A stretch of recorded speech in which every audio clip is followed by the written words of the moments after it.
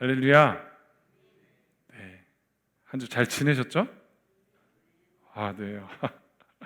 이번 주 월요일인가 화요일 날까지는 비가 왔는데 비가 그치니까 장난이 아니네요, 이게. 아마 이번 주는 제가 이렇게 온도 뭐라 그러죠? 날씨를 확인했더니 34도, 5도까지 올라간대요. 그러니까 여러분들 꼭 외출하실 때 양산 같은 거 꼭 챙기시고 물도 챙기시고 해서 건강 잘 붙드시기를 부탁드립니다. 예. 제가 저번에 뭐라고 한마디 했더니 저희 화단에 꽃씨들이 좀 날라왔어요. 여러분 오시면서 보셨나요 혹시? 꽃들이 좀 펴 있어서 참 좋다, 감사하다 이런 생각이 좀 들었습니다. 요거는 그냥 한번 얘기를 해보고요. 저희가 계속해서 출애굽기를 배우고 있는데 좀 고민이 됐어요. 지지난 시간에 저희가 5 재앙에 대해서 했고, 그럼 이제 나머지 5 재앙을 해야 되잖아요, 그렇죠? 근데 이게 그냥 또 이걸 또 하기에는 사실은 이게 그렇게 어려운 내용들은 아니에요. 어떤 내용들이 있는지를 보고 하나님이 왜 그 일들을 행하셨는지를 우리가 알면 되는 건데, 여러분 제가 준비는 안 됐지만 혹시 성경 있는 분들은 12절을 한번 다시 한번 보실래요? 12절 창세기 12장 12절 같이 한번 볼게요. 창세기 12장 12절입니다. 제가 한번 돌려볼까요? 저도 여기 있네요.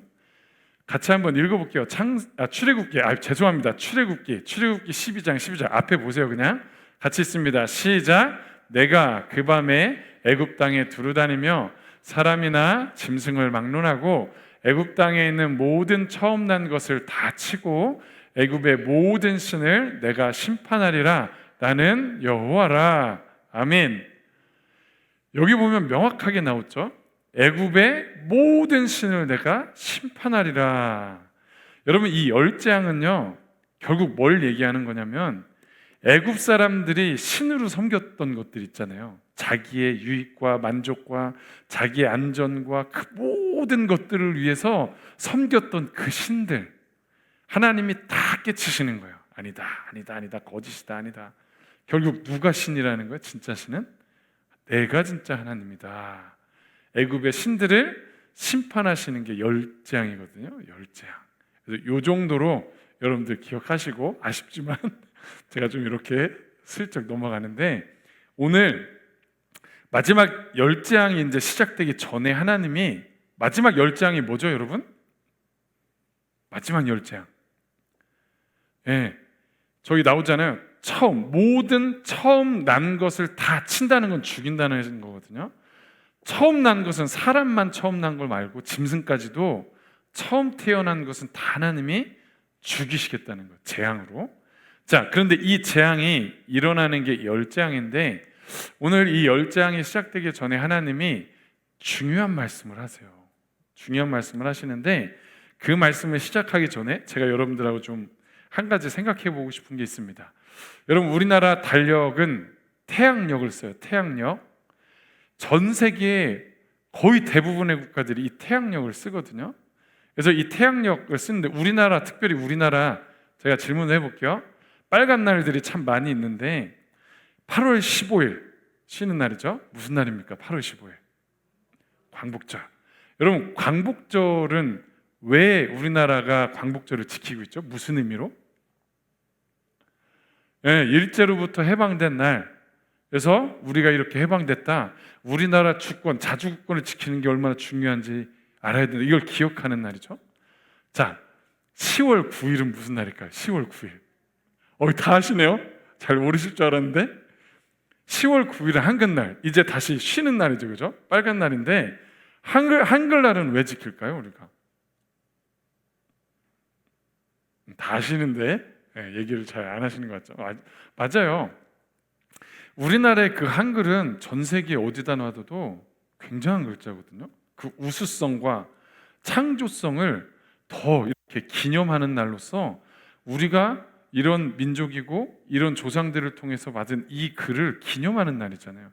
결국 이 날들은요 올해만 지키고 끝나는 게 아니잖아요. 내년이 되면 또 기억하고, 그 내년이 되면 또 기억하고 해요. 이거는 기억하라는 거죠. 어떻게 보면 너희들이 이걸 중요하니까 기억해. 자, 그런데 1년 365일이 있어요. 이 태양력, 우리 달력에 보면 1년 365일이 있는데, 물론 사람들마다 틀릴 수 있지만 대부분의 사람들이 1년 중에, 빨간 날 1년 중에 가장 의미를 담고 있고 가장 중요하게 생각하며 뭔가 새로운 다짐을 가지고 시작하는 어떤 중요한 날이 있어요. 그 날이 언제일까요? 여러분, 네, 뭐라고요? 1월 1일, 그죠? 새날. 이번 연도도 2026년도죠. 네, 2026년도가 가고 2027년도가 새로 올 때 사람들은요, 다른 날보다 이걸 되게 의미를 가지고 시작해요. 그렇죠? 많은 사람들이 왜 정동진에 가겠어요? 많은 사람들이 왜 서울에 종각에 모이겠습니까? 왜 그 새벽에 높은 산에 등산을 해가지고 꼭 해를 보려고 하는지. 다른 날은 그러지 않아요. 1월 2일이 되면 다 그래요. 왜 그럴까요? 전해를 잘 정리하고 이제 새해에는 내가 새롭게 시작하겠다는 그 소망을 가지고, 그 어떤 바람을 가지고 그날을 기리기 때문에 1월 1일 하면 전 세계 사람들이, 이 태양력을 쓰는 전 세계 사람들이요, 카운트다운 하잖아요. 카운트다운, 그죠? 5, 4, 3 하면서 그냥 와 하는 이유가 특별한 날이기 때문에. 이게 매 새해 1월 1일마다 우린 그렇게 특별하게 다짐하고 또 다짐을 해요. 그만큼 1월 1일은 참 특별하거든요. 그런데 재밌는 것은 이 1월 1일 새해가 있잖아요. 태양력을 쓰는 대부분의 전 세계 나라들이 그 태양력을 쓰는데 독특하게 다른 달력을 쓰는 나라가 있어요. 새해가 우리로 따지면 1월 1일이 아니에요. 행정적으로 그렇고 모든 어떤 삶의 모든 것들이. 그 다른 나라가 특별히 어느 나라냐면 이스라엘이라는 나라가 달력을 다르게 씁니다. 그 나라는 독특하게 두 개의 달력을 쓰거든요. 두 개의 달력. 물론 국제적으로 비즈니스 할 때는 태양력을 쓸 수밖에 없잖아요. 이게 다른 나라랑 이제 일을 해야 되니까. 그거 말고 그 나라의 어떤 행정적이면서 모든 사회 문화적으로 새해가 됐어. 우리처럼 1월 1일 와 새해다. 거기에는 민간력과 종교력, 종교의 달력, 민간의 달력이 두 가지가 있는데, 민간력으로는 언제가 우리의 1월 1일이냐면 우리로 따지면은 9월과 10월쯤에 가을이 새해의 시작이에요. 그때 그들은 축하합니다. 참 신기하죠? 그리고 또 하나 종교력이 있어요. 종교력은 언제가 1월 1일이냐면 우리로 따지면 3월과 4월쯤 봄이 이 종교력으로는 새해예요. 새해. 여러분, 이 두 달력을 쓴다는 게 사실 쉽지 않은 거거든요. 왜냐하면 여러분, 우리도 음력이 아직 남아있잖아요. 음력 따지는 거 쉬우세요? 어려우세요? 때로는 이게 참 귀찮다고 해야 되나? 귀찮기도 하고 이게 참 따지기가 애매해. 왜? 우리는 그냥 달력에 양력만 거의 있으니까요. 우리도 음력이 남아있어서 이게 되게 귀찮은데 그 두 가지 달력을, 그것도 태양력도 아닌 달력을 그렇게 사용하고 있으면 전 되게 불편할 것 같거든요. 그냥 국제적으로 쓰는 태양력 가지고 같이 쓰면 좋은데 굳이 이스라엘은 그 달력을 쓴다는 거예요. 근데 특별히 이 종교력, 아까 얘기했던 그 종교력은요, 수천 년 전부터 이어왔던 달력이에요. 사실은 수천 년 전부터 이어왔던 달력. 놀랍죠? 그거를 지금까지도 고집하면서 지키고 있는 거예요. 그럼 여러분, 그 달력이, 그 수천 년 지켜왔던 달력이 언제부터 시작된 달력인지 아세요? 언제부터 시작됐느냐? 오늘 본문에 나와요. 그게 12장 2절을 같이 있습니다. 시작. 이달을 너희에게 달의 시작 곧 해의 첫 달이 되게 하고. 아멘. 이게 하나님 말씀하신 건데 이스라엘 백성이 이게 뭐라고 말씀하시는 거냐면, 야, 너네들 지금까지 그 사람들이 애굽에서 무슨 달력 썼겠어요? 애굽 사람들이 썼던 달력을 썼겠죠. 너네 지금까지 애굽에서 썼던 그 달력, 그 날들을 너희들이 계수하면서 살았는데 이제부터는 이 달 지금 우리로 치면 지금 7월이잖아요, 그죠? 이 달이 이제 새로운 첫 달이 될 거다. 새해가 시작되는 첫 달로 이제 삼을 거다라는 거예요. 지금부터가 새해고 첫 달이다라고 하나님이 선포하고 계시는 게 이 말씀이에요. 그래서 이스라엘 백성들은 종교력, 아까 얘기했던 종교력, 이때부터 시작된 달력을 지금까지도 사용하고 있는 거예요. 여러분, 매해 이 사람들이 1월 1일이 되면, 이때죠, 1월 1일이 되면 이 사람들은 이제 기억하는 거예요. 여러분, 하나님이 새 날을 주시고 새 달력을 주시는 의미가 어디에 있을까요? 이렇게 달력을 새로 시작하는 이유가 뭐겠어요? 매해마다 새해가 되면 기억하라는 거예요. 기억하라. 뭘 기억하라고 할까요? 오늘 마지막 10장이 이제 시작되기 전에 결국 이 10장이 일어나면 무슨 일이 벌어집니까? 이스라엘 백성들이 애굽에서 나와서 탈출하게 되잖아요. 새로운 삶이 시작이 되잖아요. 그렇죠? 이걸 기억하라는 거예요. 너희들이 애굽에서 구원받은 날을 매 새해마다 기억해라. 오늘 이 구원에 대해서 기억하라는 이 말씀 속에는 사실 여러 가지 의미들이 담겨져 있어요. 그래서 오늘 이 새로 시작한 이 달에 대한 의미, 기억하라는 이 의미에 대해서 여러분들하고 좀 두 가지에 대해서 얘기를 좀 나누고 오늘 마치려고 하는데, 오늘 말씀 두 가지 나눌 때 이게 사실은 제가 준비하면서 잘 전달됐으면 좋겠어요. 되게 중요한 건데 때로는 이 말씀들이 그냥 우리한테 모호하게 다가올 때가 있어서 이것들이 뚜렷하게 전달됐으면 좋겠다라는 마음이 있거든요. 오늘 좀 잘 집중해서 들으시기를 부탁드립니다. 자, 그러면 첫 번째로 너희들이 새해를 시작하면 달력을 새로 만들게 하시면서 기억하라고 하시는 그 의미가 뭐냐? 그 첫 번째 의미는 너희들의 삶이 새롭게 변화되어진 것, 애굽에서 탈출해서 새롭게 시작된 것이 이게 전적인 하나님의 은혜임을 기억하라는 거예요. 전적인 하나님의 은혜. 제가 지금 무슨 단어를 썼죠? 전적인 은혜라고 그랬어요. 은혜. 여러분, 은혜라는 뜻이 어떨 때 붙이는 단어일까? 은혜. 은혜라는 말은요, 사람들이 스스로 자기가 해낼 수 있는 것을 받았을 때 은혜라고 하지 않아요. 진짜 은혜는 언제 사용하는 단어냐? 내가 아무리 애쓰고 노력해도 되지 않아. 이건 그냥 불가능한 거예요. 근데 그걸 하나님이 도와주셔서 해냈을 때, 하나님이 내가 해줄게 원하셔서 그것들을 이루어 주셨을 때, 그걸 은혜라고 얘기하는 거예요. 이스라엘 백성들 한번 우리가 생각을 해볼게요. 제가 지난주에 얘기했죠. 124년 동안 애굽에서 종살이를 3대째 지금 해나가고 있어요. 3대째. 여러분, 바로 왕이 뭘 명령했냐? 출애굽기 1장에 뭘 명령했었냐? 남자아이가 태어나면 다 죽여라. 죽여라는 거예요.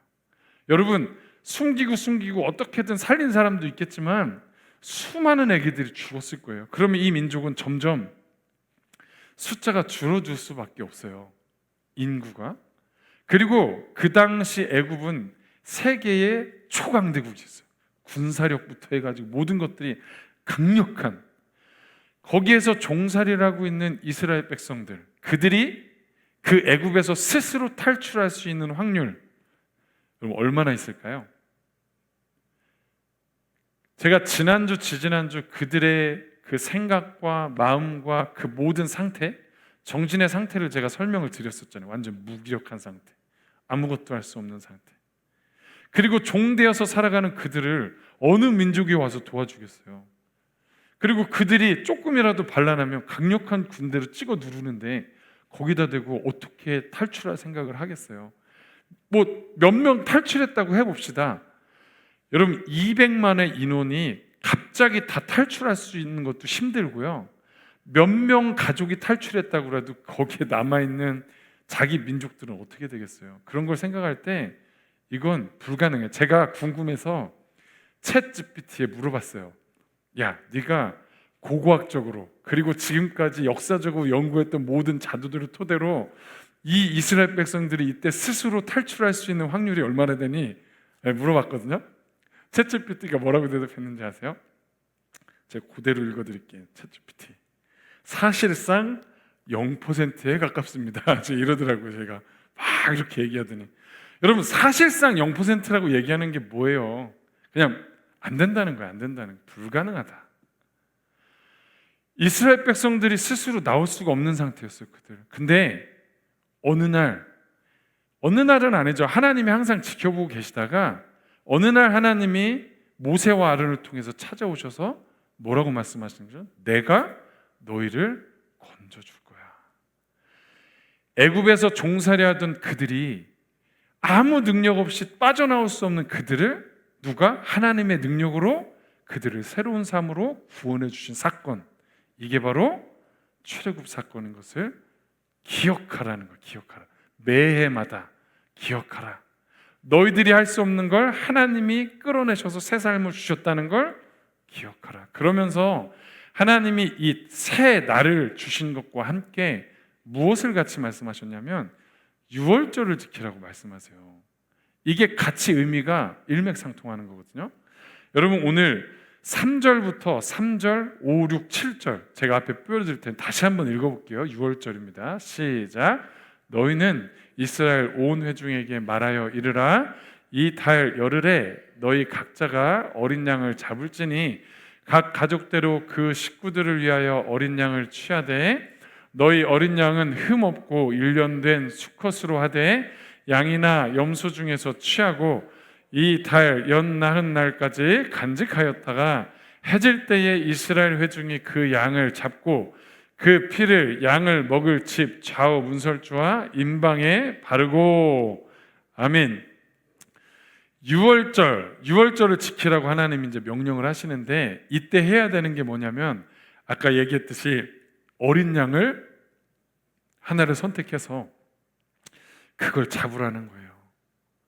여러분 그런데 5절에 보시면 그 어린 양은 어떤 양이어야 되는지를 보여주고 있는데 흠 없고 1년 된 수컷으로 하라는 거예요. 반드시. 세 가지 조건 다시 한 말씀드립니다. 흠 없고 1년 된 수컷으로 하라는 거예요. 여러분 여기서 수컷이라는 건 뭐냐면 이거는 그냥 대표성을 띠는 거예요. 암컷과 수컷이 있으면 그냥 옛날에 히브리적 사고로 지금 사람들이 생각할 때는 뭐야 왜 암컷은 안 돼? 뭐 남녀 차별하는 것도 아니고 그냥 이거는요 그 예전에 히브리적 사고 가운데 뭐 여자들이 10명 있고 남자가 1명 있으면 그냥 남자가 대표성을 띠는 거예요. 그냥 그 개념을 가지고 수컷을 취하는 겁니다. 이건 대표성을 띠는 수컷이고 두 번째 흠이 없다는 건요 진짜 말 그대로 누구한테 물린 자국도 요만큼도 있으면 안 되고요 진드기나 벌레로 인해서 상처가 있어도 안 돼요. 가다가 넘어져서 뭔가 찢기거나 그런 어떤 것들이 있어도 안 돼. 질병 때문에 피부가 질병으로 인해서 어떤 상처가 있어도 안 돼요. 정말 깨끗한 흠없는 이걸 여러분 이 양을 고르기 위해서 사람들이 이 유월절을 지키기 위해서 사람들이 그냥 지키는 게 아니잖아요. 가서 양떼 무리 중에 얼마나 그걸 찾겠어요. 사사치 귀도 들어보고 막 입도 벌려보고 막 다리도 들어보고 하면서 흠없는 그리고 1년 된이라는 게 왜 1년짜리를 하나님이 명령하셨을까? 여러분 양을 키우는 사람들이 얘기하는 걸 들어보면 저 1년 된 양이 어떤 양이냐? 새끼에서 이제 성체로 되어져가는 어떻게 보면 가장 순결한 그리고 성체에 거의 완성되어져가는 완전한 그러니까 양 중에서 딱 1년째 될 때가 가장 좋은 상태인 거예요. 가장 좋은 상태. 그때 양을 골라서 잡으라는 거예요. 하나님이. 여러분 이 말씀이 아마 여러분들이 잘 아시겠지만 나중에 누구와 연결이 되는 말씀이죠. 이게 어린 양이신 예수 그리스도와 이게 연결이 돼요. 이 말씀이 예수님을 예표하는 말씀이에요. 여러분 요한복음 1장 19절에 보면 이런 말씀이 있어요. 같이 한번 읽어볼까요? 29절 시작. 이튿날 요한이 예수께서 자기에게 나오심을 보고 이르되 보라 세상 죄를 지고 가는 하나님의 어린 양이로다. 아멘. 실질적으로 여러분 예수님이 어떤 분이셨어요? 인간의 몸을 입고 이 땅에 오셨는데요. 그 예수님은 죄가 하나도 없는, 그죠? 순결한, 죄가 1%도 없는 완전한 사람. 아까 5절에 흠없고 일련된 깨끗한 양이 바로 예수 그리스도를 예표하는 거거든요. 예수님이 이 땅에 오셔서 우리를 위해서 대신 죽으심으로 우리가 어떻게 된 거죠? 구원받은 거잖아요. 그걸 오늘 유월절을 통해서 주님이 보여주시는 거예요. 자, 그러면 아까 그 흠없고 일련된 수컷을 잡아요. 잡은 다음에 어떻게 하라고 하셨죠? 아까 이제 7절입니다. 그 피를 양을 먹을 집 좌우 문설주와 임방에 바르라. 여러분들도 이제 집에 문이 있잖아요. 집 현관문을 이제 들어간 집 문. 자, 문설주와 임방이 어디냐면 이스라엘 백성들이 이걸 얘기하는데 옛날에 집 문 대문이 있으면 저렇게 어린 양을 잡아가지고요 그걸 찍어서 문에 저렇게 발랐다는 거예요. 저기 보면 임방이 어디냐? 저기 위에 맨 위에 가루로 된 틀이 임방이고요. 양 옆에가 문설주입니다. 설주. 그것들의 피를 바르라는 거예요. 그러면 아까 10가지 재앙이 뭐죠? 이제 하나님이 천사들을 보내셔서 집집마다 첫 것은 다 하나님이 이제 죽이시는데 그 죽음의 천사들이 올 때 저 문에 피가 발라져 있는 집은요 넘어가시는 거예요. 그냥 넘어가시는 거예요. 뭘 얘기하는 거예요? 이스라엘 백성들한테 야 너희들이 아마 이거 피를 바른 집들은 다 살았겠죠. 그들이 생각하기에 내가 그래도 좀 능력이 있으니까 하나님이 지나가셨나 보다. 내가 좀 잘생겨서 이뻐서 돈이 많아서 뭔가 내가 재능이 있어서 넘어가셨나 보다. 여러분 이렇게 생각할까요? 이스라엘 백성의 그냥 넘어갈 조건이 그들에게는 아무것도 없었어요. 사실은 단지 뭐 때문에 넘어가신 거죠? 지금 문에 칠해진 피 때문에 피를 보고 하나님이 넘어가신 거예요. 이게 은혜라는 거예요. 이게 하나님의 은혜. 이스라엘 백성들을 애굽에서 구원해내시고 그들의 생명을 살리실 때 무엇을 보시고 그들을 구원하셨느냐? 어린 양의 피를 보고 그들을 구원해 주신 거예요. 살려서. 여러분 우리도 마찬가지예요. 오늘 이 말씀을 통해서 여러분들이 기억하셔야 되는 게 뭐냐? 여러분 우리가 구원받은 이유가 어디에 있습니까? 우리가 무슨 조건이 있어서 구원받았을까요?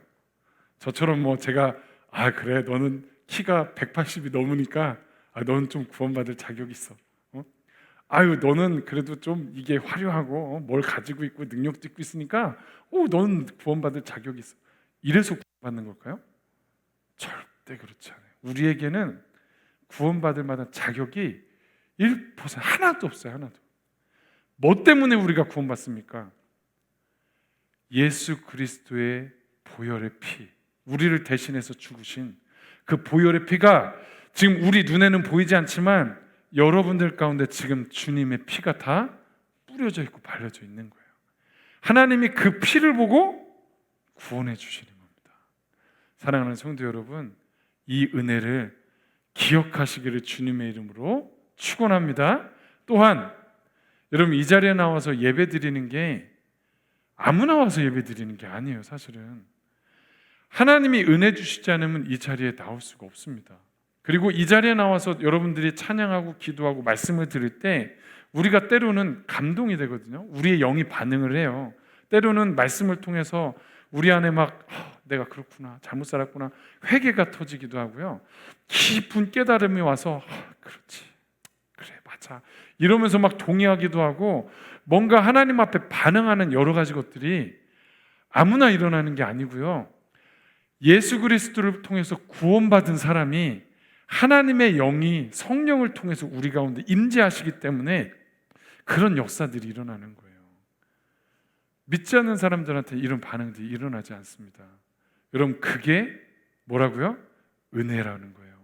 우리 스스로 할 수 없는 은혜. 여러분, 이 은혜를 기억하시고 하나님 앞에 많이 감사하시기를 주님의 이름으로 축원합니다. 시간이 빨리 가네. 두 번째는 빨리 제가 진행해 볼게요. 두 번째로 새 날을 주시면서 유월절을 지키라고 하시면서 너희들이 기억하라고 하는 건 뭐냐면, 너희들이 이제 새롭게 된 새 삶, 이것만 기억하지 말고 뭘 기억해야 되느냐? 과거 너희들이 종되었던 삶도 늘 기억하라고 하나님이 말씀하시는 거예요. 여러분, 오늘 8절을 다시 한번 읽어볼게요. 시작. 그 밤에 그 고기를 불에 구워 무교병과 쓴나물과 아울러 먹되. 아멘. 여기 보면 참 신기한 게, 유월절을 지킬 때 어린 양고기만 구워 먹으라고 하지 않으셨어요. 뭐를 구워 먹으라고 하셨어요? 무교병과 쓴나물을 아울러 먹으래요. 왜 이렇게 하나님이 명령하셨느냐? 의미가 있습니다. 여러분, 신명기 16장 3절에 보면 거기에 유월절을 지킬 때 저기 특별히 무교병을 무슨 떡이라고 표현을 하고 있냐면 고난의 떡이라고 표현하고 있어요. 고난의 떡. 그게 무슨 얘기냐? 이스라엘 백성들이 노예로 살아갈 때, 그죠? 그들의 삶이 얼마나 퍽퍽했어요.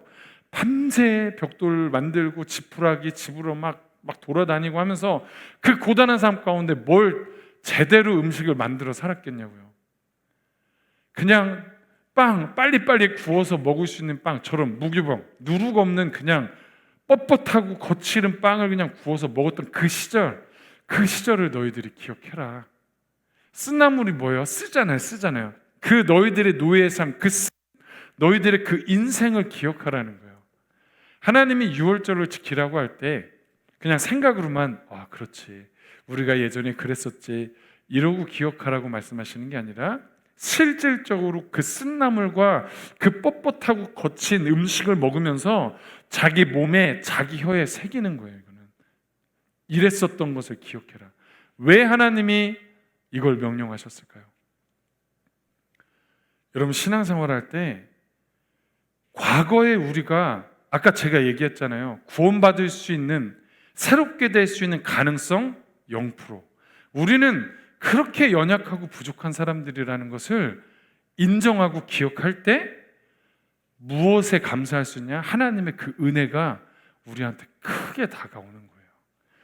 여러분, 그 과거를 잃어버리면 하나님의 은혜가 크지 않습니다. 하나님의 은혜 감사하지 않아요. 대부분의 사람들이 어떤 습성을 가지고 있냐면, 저도 참 이런 것들을 가지고 되게 많이 고민을 했거든요. 일반 사람들이 대부분 어떤 모습들을 가지고 있냐면, 자기의 부족한 모습을 잘 보려고 하지 않습니다. 자기 안에 진짜 고집스러운 것도 많고 어리석은 것도 많고 생각하는 것도 선택하는 것도 다 정말 잘못 선택할 수 있는 것들이 굉장히 많고요. 내가 얼마나 연약한 것들이 굉장히 많거든요. 근데 사람들은요, 자기의 그 부족한 것들을 잘 마주하려고 하지 않아요. 왜? 그럼 고통스럽거든요. 그러니까 자기를 난 괜찮은 사람이야 라고 많이 포장합니다.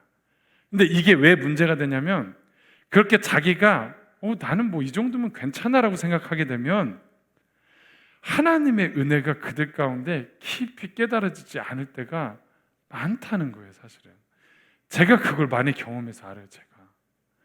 여러분, 그냥 한 예를 들어볼게요. 죄송합니다. 요즘에 프로그램 중에 오은영 박사가 하는 어떤 그런 가정의 문제들이나 여러 가지 심리적인 프로그램들을 하다 보면 많이 듣게 되는 단어가 뭐가 있냐면 나르시스트라는 단어를 되게 많이 듣게 돼요. 많이 들어보셨죠? 나르시스트. 여러분, 나르시스트는 어떤 사람들이냐면 사실은 내면적으로는 더 약한 사람들이에요. 사실은 더 그냥 우리가 겉으로 볼 때는 우울증에 걸려서 맨날 힘들어하는 사람들이 더 약해 보이죠? 근데 겉으로 보면 나르시스트는 굉장히 강해 보이고 자존감이 높아 보이거든요. 근데 사실은 내면이 더 약한 사람들이 나르시스트들이에요. 그거를 가리기 위해서 그들은 더 자기를 우월하게 특별하다고 자기를 생각하고 우월의식 가지고 정체성이 아주 굉장히 높은 사람처럼 자기를 그렇게 생각하고 만들어가는 사람들이 나르시스트입니다. 그들의 특징은 뭐가 있느냐? 자기에 대해서는 굉장히 높이 평가해요. 그리고 다른 사람들에 대해서는 굉장히 평가절하합니다. 타인에 대해서 공감을 잘 못해요. 이해하려고 하지도 않습니다. 자기만이에요. 이런 사람들의 특징 중에 하나, 여러분들 많이 들어보셨을 텐데,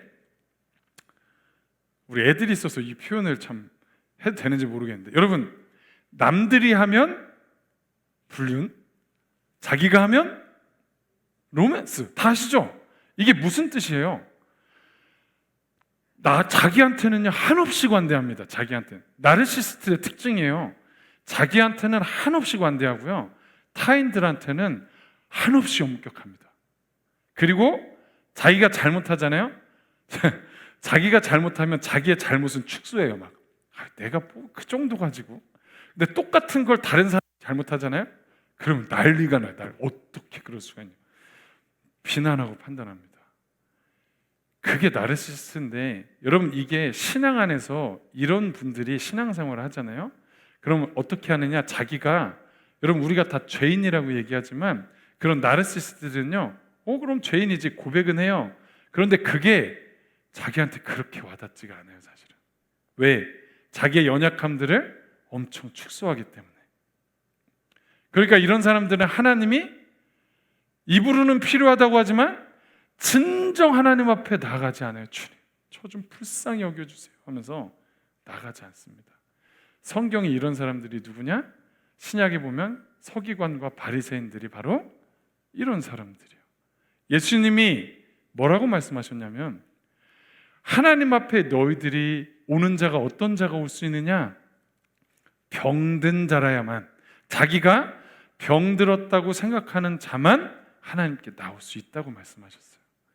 여러분, 제가 지난번에도 탕자의 비유를 말씀을 드렸잖아요. 탕자의 비유에서 둘째 아들의 상태를 보면 처음에는 아버지의 재산을 가지고 나갔다가 다 탕진하죠. 완전히 거지가 됩니다. 그래도 먹고 살아야 되니까 어떤 삶을 살죠?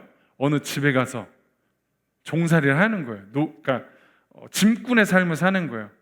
돼지를 키우라고 그래서 돼지들과 함께 섞여서 먹을 게 없으니까 배고파서 뭘 먹어요? 거기서 돼지 쥐염 열매를 주워 먹을 정도로 그 삶은요 처참하고 비참한 거예요. 여러분, 자기 스스로 생각할 때 와, 이제 내 인생 끝났구나. 여기서 벗어날 수 있는 가능성이라고는 일도 없어. 소망이 없어요, 자기 삶에. 여러분, 그때 누가 생각납니까? 누가? 아버지가. 내가 이 삶에서 벗어날 수 있는 유일한 방법은 아버지께로 가면, 아버지가 누구예요? 하나님께로 가면 내가 살 수 있는데, 그러고 가잖아요. 그게 은혜라는 거예요, 그게. 근데 첫째 아들은 자기가 부족한 게 없어요. 자기가 잘 살아왔다고 생각해요. 그러니까 아버지와 함께해서도 그게 은혜인 줄 모르고 살아가는 거예요. 우리 사랑하는 하이교회 성도 여러분, 저는 이게 굉장히 중요하다고 생각해요. 우리가 오늘 말씀에 무교병과 쓴나무를 아울러 먹으라고 하신 이유는 너희들의 과거의 아무것도 할 수 없었던 그 연약한 상태를 기억해라. 그래야 하나님의 은혜를 구할 수 있기 때문이다. 그래야 하나님께 다시 나올 수 있기 때문이다. 이 은혜를 기억하길 바란다.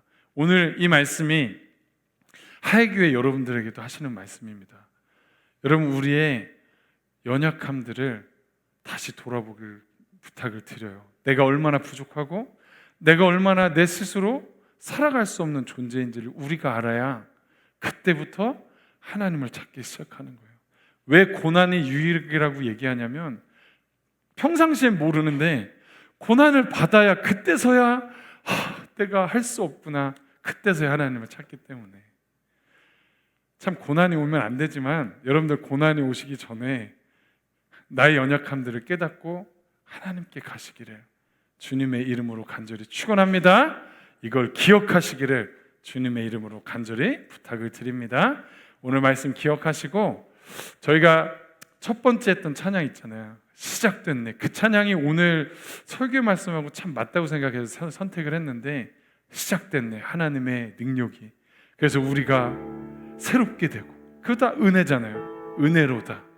이 찬양 하시면서 하나님 우리가 하나님의 은혜를 늘 기억하게 하시고 나의 연약함으로 인해서 하나님의 은혜를 계속해서 찾을 수 있도록 도와달라고 좀 같이 기도했으면 좋겠습니다. 힘들지 않으시면 좀 그 자리에서 다 일어나셔서 우리 찬양하시고 같이 기도하도록 하겠습니다.